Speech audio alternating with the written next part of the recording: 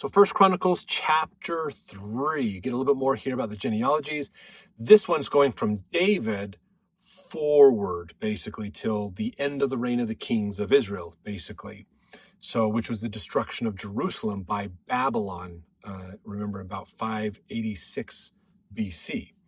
So let's look into this. Now, verse 1, these are the sons of David, born to him in Hebron. Okay, so remember, David had a little bit of a rocky start in his kingdom. We're going to see this reflected as you look down. He had multiple wives, of course, through this time. He lost one of his wives, got her back later because of the King Saul. It was a little crazy back then. But verse 4, it says that the ones they just talked about were born to David in Hebron. Now, this is the time that David, he reigned there 7 years and 6 months. This is when he was in Hebron, so he was the king of Judah at this time. Remember, Saul was the king at the time. Samuel appointed Saul king because the people wanted a king rather than the judges that they had been used to having.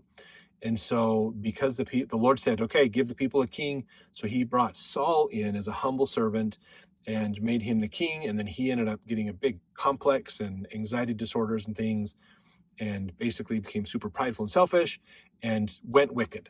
And so the prophet told King Saul, your reign is done. You're not going to have the kingship anymore. I'm giving it to somebody else. And then David was brought in to be king after he slew the great Philistine. If you remember that story with David and Goliath and everything else. And then David was later brought in to be anointed as king. So then he had to hide from King Saul because they already had a king at the time. And so Saul pursued him. All that stuff happened. You got to read that through the book of Samuel, 1st and 2nd Samuel, to get all that. Then he later became king of Judah. Judah brought him in to become king. And then after Saul died, he later became the king of Israel. And it says in verse 4, he reigned in Jerusalem 33 years. So he was in Judah for a while. Then he became the ruler of all Israel and kind of unified him. For about 33 years he was there. And then it goes through the list of the sons that he had while he was in Jerusalem.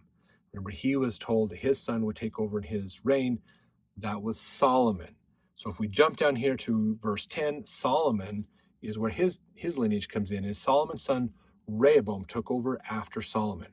If you remember, Rehoboam is the one that he and Jeroboam had a big split as to who's going to be the power person. Rehoboam became the king. Jeroboam revolted, basically. Then Jeroboam took Israel, took all the other tribes, and basically brought them out and built altars, introduced idol worship, idolatry to Israel, and to prevent them from going to Jerusalem, to preserve his power. And we hear that story through all of 1st and 2nd Kings so much. We see that story come out. So that's when all the idolatry happened, all the craziness happened. So now it's just fascinating because we look at like verse 11 and 12 and 13 and 14, we go from Rehoboam all the way through good and bad kings of Judah, all the way down to Josiah. Josiah is right there towards the end of 2nd Kings. And then, of course, Josiah in verse 15, sons of Josiah, Johanan, the second was Jehoiakim. Remember, his name was Eliakim. It was changed. Johanan was brought in.